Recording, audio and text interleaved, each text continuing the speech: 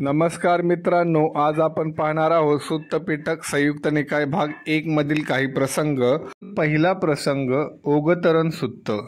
एके समयी भगवान श्रावस्तीत अनाथ पिंडकाच्या जेतवन आरामात विहार करीत होते। तेव्हा कोणी एक देव रात्र संपल्यावर आपल्या तेजाने सर्व जेतवनाला प्रकाशित करीत जेथे भगवान होते तेथे आला आणि भगवानांना अभिवादन करून एका बाजूला उभा राहिला। एका बाजूला उभा राहिलेल्या त्या देवाने भगवानांना म्हटले, भगवान, ओघाला म्हणजेच पुराच्या प्रवाहाला आपण कसे पार केले? आयुष्यमान मी न थांबता आणि प्रयत्न न करता ओघाला पार केले।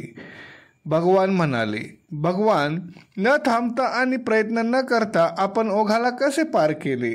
त्यावर भगवान म्हणाले, आयुष्यमान, जर कोठे थांबलो असतो तर बुडून गेलो असतो, जर प्रयत्न करू लागलो असतो तर वाहून गेलो असतो।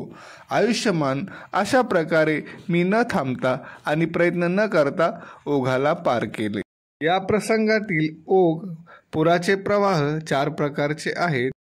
1 काम, 2 भव, 3 मिथ्यादृष्टी आणि 4 अविद्या। 5 कामगुणांच्या म्हणजे रूप, शब्द, गंध, रस आणि स्पर्श या 5 कामगुणांच्या विषयी तृष्णा असणे हा कामाचा ओघ आहे। रूप आणि अरूप देव यांच्याविषयी तृष्णा असणे हा भवाचा ओघ आहे। ज्या 62 मिथ्याधारणा आहेत त्यांना दृष्टीचा ओघ असे म्हणतात। 4 आर्य सत्यांचे ज्ञान असणे हा अविद्येचा ओघ आहे। अयोग्य दिशेने आणि अयोग्य प्रकारचा प्रयत्न केल्याने मनुष्य आपले ध्येय गाठू शकत नाही। योग्य दिशेने आणि योग्य प्रयत्न करूनच मनुष्य आपले ध्येय गाठू शकतो, असा येथे अर्थ आहे। बुद्ध धम्म 2 अंतांना सोडून मध्यम मार्गाच्या आचरणाची शिकवण देत आहे। कोठेही थांबल्याने कामभोगाचा आणि आत्यंतिक प्रयत्नाने आत्मपीडा देणाऱ्या तपाचा निर्देश केला गेला आहे। भगवान बुद्धांनी या दोन्ही अंताचा त्याग करून मध्यम मार्गाने बुद्धत्वाचा लाभ केला। देव म्हणाले, आहा, ज्याने न थांबता आणि प्रयत्न न करता निर्वाण प्राप्त केले आहे, ज्याने संसाराच्या तृष्णेला पार केले आहे, अशा ब्राह्मणाला चिरकालानंतर पाहत आहे। तो देव असे म्हणाला, शास्त्याने स्वीकार केला। तेव्हा तो देव शास्त्याची स्वीकृती जाणून भगवानांना अभिवादन करून आणि प्रदक्षिणा करून तेथेच अंतर्धान झाला। प्रसंग दुसरा, निमोक्ष सुत्त। श्रावस्तीत त्या देवाने भगवानांना म्हटले, भगवान, जीवांच्या निर्मोक्ष परमोक्ष विवेकाला आपण जाणता काय? त्यावर भगवान म्हणाले, आयुष्यमान, मी जीवांच्या निर्मोक्षाला परमोक्षाला विवेकाला जाणतो। भगवान, आपण जीवांच्या निर्मोक्ष परमोक्षला विवेकाला कसे जाणता? त्यावर भगवान म्हणाले, आयुष्यमान, तृष्णामूलक कर्मबंधन नष्ट झाल्यामुळे संज्ञा आणि विज्ञानसुद्धा नष्ट झाल्यामुळे वेदनांचे जे निरुद्ध तसेच शांत होणे आहे तो मी जीवांचा निर्मोक्ष परमोक्ष आणि विवेक जाणतो।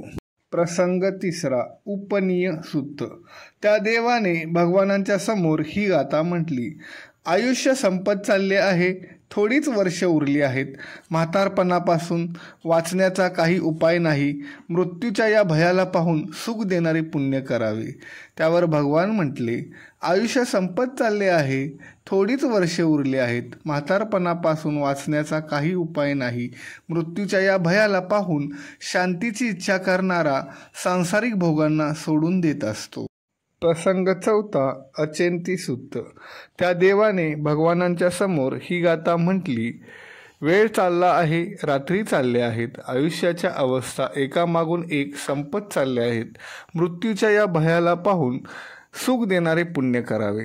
यावर भगवान म्हणाले, वेळ चालला आहे, रात्री निघून जात आहेत, जीवनाच्या अवस्था एकामागून एक संपत चालल्या आहेत। मृत्यूच्या या भयाला पाहून शांतीची इच्छा करणारा सांसारिक भोग सोडून देत असतो। प्रसंग पाचवा, कतिछिंद सुत्त। त्या देवाने भगवानांच्या समोर ही गाथा म्हटली, कितींना कापून कितींना सोडून आणि अधिक कितींचा अभ्यास करून किती संघांना पार करून गेल्यावर भिकू ओघाला पार करून गेला असे म्हटले जाते। भगवान म्हणाले, 5 कापून 5 सोडून आणि अधिक 5 अभ्यास करून 5 संघांना पार करून गेल्यावर भिकू ओघाला पार करून गेला असे म्हटले जाते. तुम्हाला हा व्हिडिओ आवडला असेल तर व्हिडिओला लाईक करा, इतरांपर्यंत पोहोचवण्यासाठी शेअर करा आणि चॅनलला सबस्क्राईब करायला विसरू नका. नमो बुद्धाय. जय भीम.